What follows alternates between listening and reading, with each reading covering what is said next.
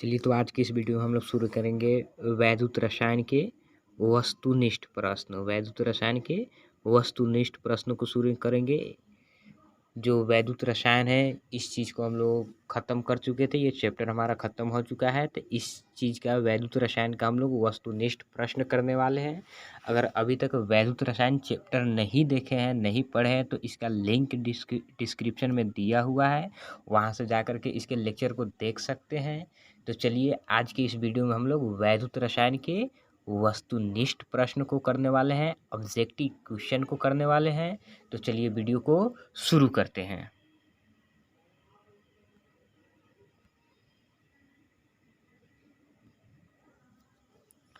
तो चलिए यहाँ पर देखिए, सबसे जो फर्स्ट क्वेश्चन है वह विद्युत अपघटन की क्रिया में कैथोड पर होता है। विद्युत अपघटन की क्रिया पर कैथोड पर होता है ऑक्सीकरण, अपचयन, डिपोजिशन, विघटन क्या होता है। तो चलिए देखते हैं।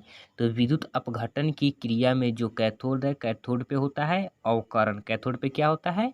अवकरण होता है। देखिए कैथोड पे जहाँ भी कैथोड रहेगा, कैथोड पे होता है अवकरण, और जहाँ भी एनोड दिया जाए तो एनोड पे होता है हमारा ऑक्सीकरण। यह वह विद्युत अपघटन हो, विद्युत अपघटन की क्रिया हो, तो वहाँ पे एनोड पे होता है ऑक्सीकरण और कैथोड पे होता है अवकरण। अर्थात एनोड, जहाँ भी एनोड के बात है तो एनोड पे होता है ऑक्सीडेशन, ऑक्सीकरण, और कैथोड जहाँ भी रहता है कैथोड पे होता है रिडक्शन, अवकरण, या अवकरण को हम लोग अपचयन भी कहते हैं। तो इसका जो हमारा सही आंसर हो जाएगा वह सही आंसर हो जाएगा इसका 2 नंबर अवकरण। विद्युत अपघटन की क्रिया में कैथोड पर होता है तो अवकरण होता है। अब चलिए नेक्स्ट क्वेश्चन को देखते हैं। तो हमारा नेक्स्ट क्वेश्चन है धनावेशित आयन कहलाते हैं। अर्थात जिसके ऊपर प्लस चार्ज होता है, जो धनावेशित होते हैं उसको क्या कहते हैं?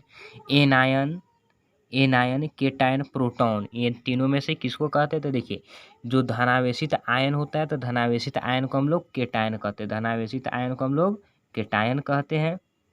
धनावेशित आयन को हम लोग केटायन कहते हैं। अगर ऋणावेशित आयन कहता है तो ऋणावेशित आयन को हम लोग एनायन कहते हैं। ऋणावेशित आयन को हम लोग एनायन कहते हैं। तो इसका जो सही आंसर हो जाएगा, धनावेशित आयन कहलाते हैं तो धनावेशित आयन केटायन कहलाते हैं। इसका जो सही आंसर हो जाएगा, ये इसका सही आंसर हो जाएगा 2 नंबर, इसका सही आंसर हो जाएगा हमारा केटायन। अब चलिए अगले क्वेश्चन की ओर चलते हैं।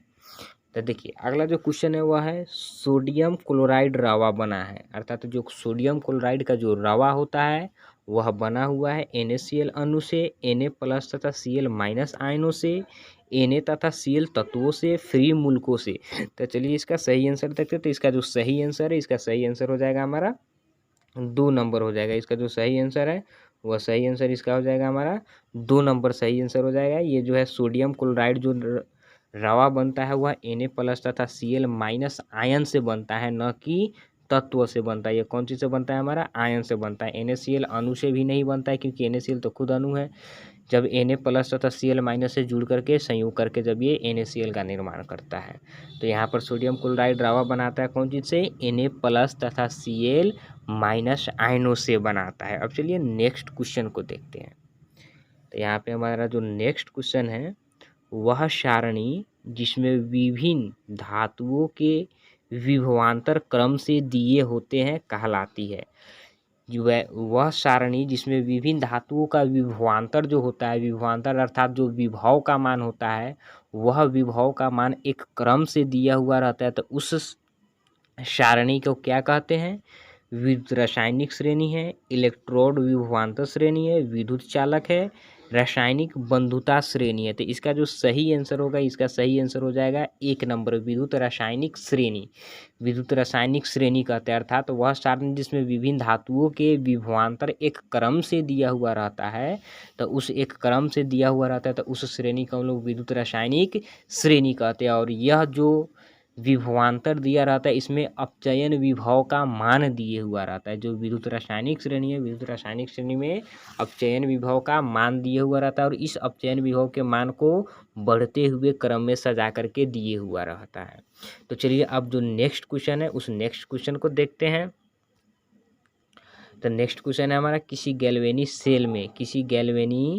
सेल में इलेक्ट्रॉन प्रवाहित होता है, तो गैल्वेनिक सेल जो है उसमें इलेक्ट्रॉन प्रवाहित होता है एनोड से कैथोड की ओर, कैथोड से एनोड की ओर, दोनों में कोई नहीं।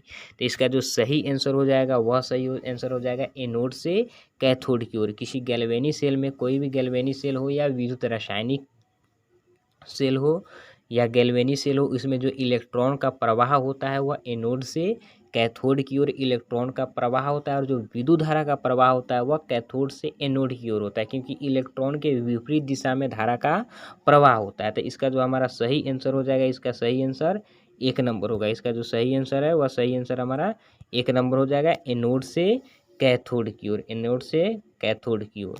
तो किसी भी गैल्वेनिक सेल हो या विद्युत रासायनिक सेल हो, उसमें इलेक्ट्रॉन का प्रवाह एनोड से कैथोड की ओर होता है और विद्युत धारा का प्रवाह कैथोड से एनोड की ओर होता है। अब चलिए नेक्स्ट क्वेश्चन को देखते हैं। तो यहाँ पे हमारा नेक्स्ट क्वेश्चन है, एक गैल्वेनिक सेल में होता है, जो गैल्वेनिक सेल है वह गैल्वेनिक सेल में होता है, कैथोड पे ऑक्सीकरण, कैथोड पर अवकरण, एनोड पर अवकरण, उपरोक्त में कोई नहीं।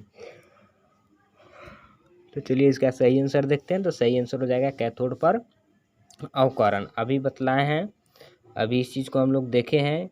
कैथोड पे जहाँ भी कैथोड रहेगा, जहाँ भी कैथोड रहेगा तो कैथोड पे रिडक्शन होता है, अवकरण होता है, या इस चीज़ को हम लोग अपचयन भी कहते हैं, इस चीज़ को हम लोग अपचयन भी कहते हैं। तो जहाँ भी कैथोड रहेगा कैथोड पे होता है अवकरण, और जो ये ऑक्सीकरण है, ये ऑक्सीकरण जो है ये एनोड पे होता है। ऑक्सीकरण कहाँ होता है? ऑक्सीकरण हमारा एनोड पे होता है, ऑक्सीकरण हमारा एनोड पे होता है। तो कैथोड पे ऑक्सीकरण नहीं होगा, कैथोड पे अवकरण होगा, एनोड पर भी अवकरण नहीं होगा, क्योंकि एनोड पे होता है ऑक्सीकरण। तो इसका जो हमारा सही ऑप्शन हो जाएगा वह सही ऑप्शन 2 नंबर है, कैथोड पर अवकरण होगा। अब चलिए अगले क्वेश्चन को देखते हैं। तो अगला जो क्वेश्चन है वो हमारा विद्युत रासायनिक सेल में होता है, 1 नंबर में minus delta G plus delta G कोई नहीं। तो इसका जो सही आंसर हो जाएगा वह सही आंसर हो जाएगा 1 number minus delta G. Delta G को हम लोग गिब्स ऊर्जा परिवर्तन कहते हैं, डेल्टा जी को गिब्स ऊर्जा परिवर्तन कहते हैं। जो विद्युत रासायनिक सेल जो होता है,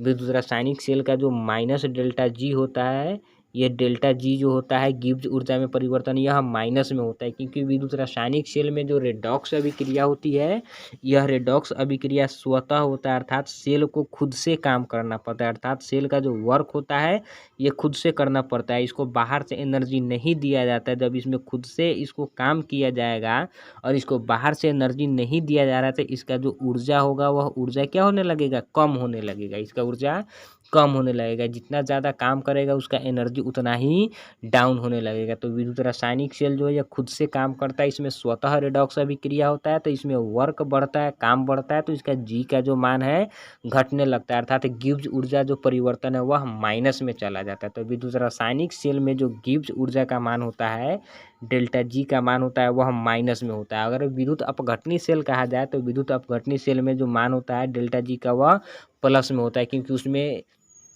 ऊर्जा दिया जाता है, विद्युत ऊर्जा दिया जाता है अभिक्रिया कराने के लिए। तो अब चलिए अब नेक्स्ट क्वेश्चन को देखते हैं। तो इसका सही क्वेश्चन है, इसका सही आंसर हो जाएगा हमारा माइनस डेल्टा जी हो जाएगा। अब चलिए क्वेश्चन नंबर 8 को देखते हैं। तो क्वेश्चन नंबर 8 में है, ऐसी युक्ति जिसके द्वारा रासायनिक ऊर्जा को विद्युत ऊर्जा में परिवर्तित किया जाता है। तो रासायनिक ऊर्जा को विद्युत ऊर्जा में जो चेंज किया जाता है उसे विद्युत रासायनिक सेल कहते हैं। विद्युत रासायनिक सेल द्वारा हम लोग विद्युत रासायनिक सेल के द्वारा रासायनिक ऊर्जा को विद्युत ऊर्जा में हम लोग परिवर्तित करते हैं। अब चलिए अब नेक्स्ट क्वेश्चन को देखते हैं। तो नेक्स्ट क्वेश्चन है हमारा, ऐसी युक्ति जिसके द्वारा विद्युत ऊर्जा को रासायनिक ऊर्जा में परिवर्तित किया जाता है वह कहलाता है। तो ये हमारा विद्युत अपघटनी सेल कहलाता है। ये विद्युत ऊर्जा को रासायनिक ऊर्जा में चेंज करता है, विद्युत अपघटनी सेल। जबकि विद्युत